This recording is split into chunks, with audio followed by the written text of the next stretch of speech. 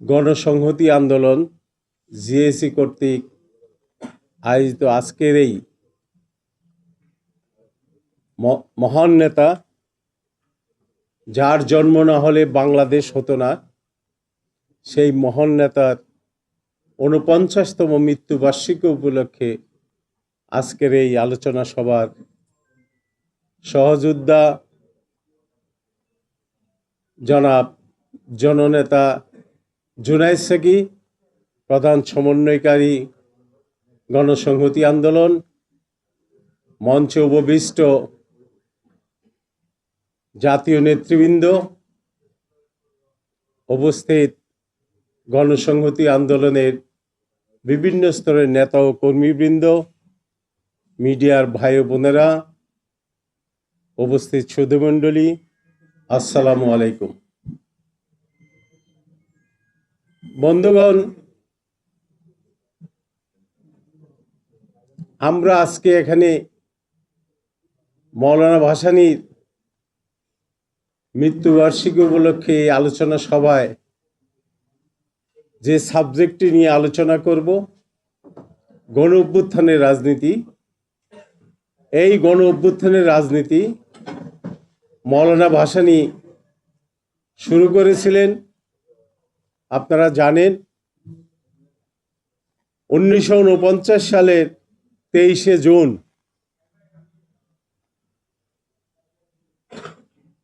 বাংলাদেশ আওয়ামী মুসলিম লীগ যে নামটি দিয়ে উনি শুরু করেছিলেন,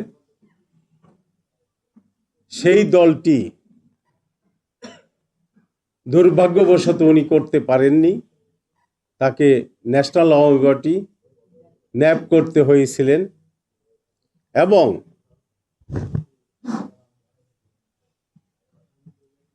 এই ন্যাপের রাজনীতির মধ্য দিয়ে বাংলাদেশের গণ অভ্যুত্থানের রাজনীতি, এবং উনি যখন ভারতবর্ষে অবস্থান করেছেন, রুবেল এখানে উল্লেখ করেছেন সেই ভাষান্তরের কথা, উনি ওখানেও গণ অভ্যুত্থানের সেই ব্রিটিশ বিরোধী আন্দোলনের প্রাণপুরুষ যাকে বলা হয়, ওখানেও তিনি এই গণ অভ্যুত্থানের রাজনীতি করেছেন।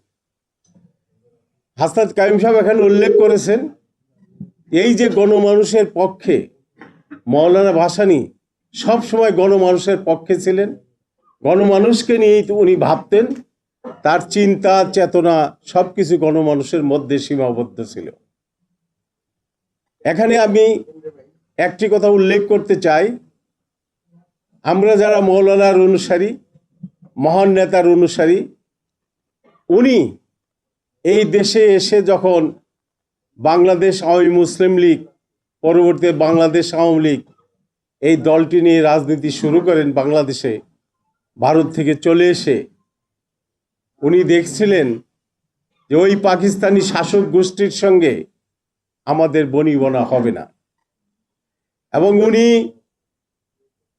তার সেই লক্ষ্যকে নিয়েই ১৯৫৭ সালে আন্তর্জাতিক কৃষ্টি সম্মেলন ডাক দিয়েছিলেন সেই সন্তোষে।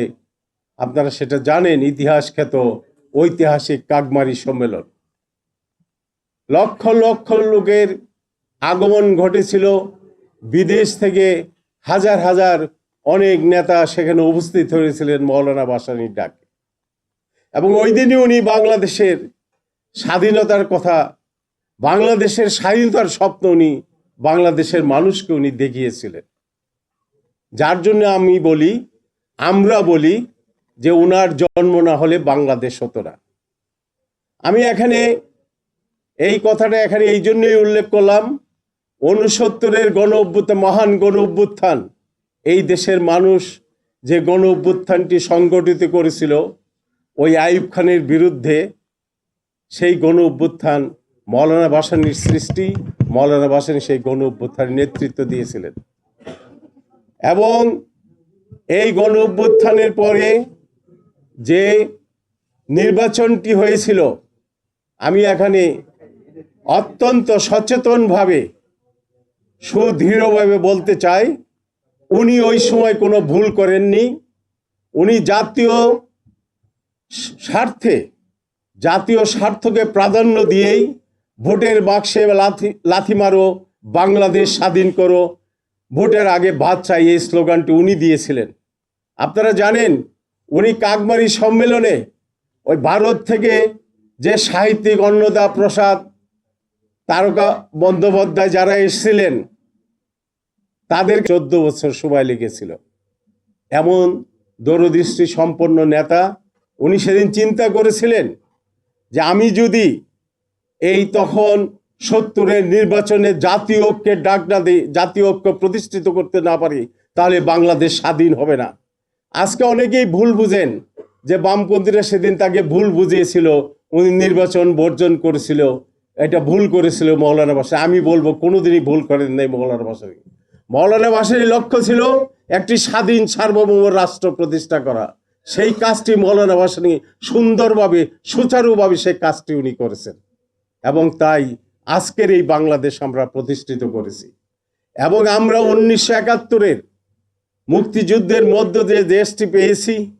এই দেশটি আমরা তখন তৎকালীন প্রতিবেশী দেশ ভারতের সহায়তা নিয়ে আমরা তাদের দয়া দাক্ষিণ্য আমরা নিয়েছি, অস্বীকার করব না। এবং সেখানে আমরা মুক্তিযুদ্ধ করে আমরা আমাদের দেশটিকে আমাদের হাতে রাখতে পারিনি। এই মুক্তিযোদ্ধারা সেদিন এই আমাদের কাছ থেকে এই দেশটি ওই আওয়ামী লীগ 70 সালে যারা জাতীয় ঐক্য আমরা প্রতিষ্ঠিত করেছিলাম, তারা এককভাবে তারা সরকার গঠন করে দেশে একটি ফ্যাসিবাদী শাসন কায়েম করে। আপনারা জানেন 72 থেকে 75 সেই রক্ষী বাহিনীর তাণ্ডব, সেই রক্ষী বাহিনীর তাণ্ডব আমরা জানি, আমরা সেটা ফেস করেছি, রক্ষী বাহিনীর বিরুদ্ধে লড়াই করেছি, সংগ্রাম করেছি, আপনারা সেটা জানেন। কিন্তু এই 54 বছরেও আমরা আমাদের গণতন্ত্রকে প্রাতিষ্ঠানিক রূপ দিতে পারিনি। কেন পারিনি? বারবার যারাই ক্ষমতায় গিয়েছেন, জনগণের রায় নিয়ে যারাই ক্ষমতায় গিয়েছেন, তারা ক্ষমতাকে দীর্ঘায়িত করার জন্য সংবিধানকে বিভিন্নভাবে তারা সংবিধানকে ব্যবহার করেছেন। এবং এই সংবিধান এমনভাবে ব্যবহার করা হয়েছে যার জন্য আজকে এই 24-এর গণ অভ্যুত্থান, আমরা যে গণ অভ্যুত্থানটি সংগঠিত করেছি, মহান গণ অভ্যুত্থান, আজকে নতুন করে আমাদেরকে সেই সনদ তৈরি করতে হয়েছে, যেটা জুলাই বিপ্লবের জাতীয় সনদ। আপনারা সেটা জানেন। আমরা এই জুলাই জাতীয় সনদ এই বর্তমান অন্তর্বর্তীকালীন সরকার যে কথা বলেছেন, আমরা দেখব এই নির্বাচনের মধ্য দিয়া গণতন্ত্র প্রাতিষ্ঠানিক রূপ পায় কিনা এবং একটি টেকসই গণতন্ত্র প্রতিষ্ঠিত হয় কিনা, সেটা নিয়ে আমরা চেষ্টা করব, চিন্তা করব, সেটা আপনাদের সামনে বলে যাচ্ছি। এই দেশে যাতে গণতন্ত্র গত 54 বছর বারবার ফ্যাসিবাদী শাসনের উদ্ভব হয়েছে, গণতন্ত্রকে প্রাতিষ্ঠানিক রূপ দিতে আমরা পারি নাই, টেকসই গণতন্ত্র প্রতিষ্ঠিত করতে পারিনি।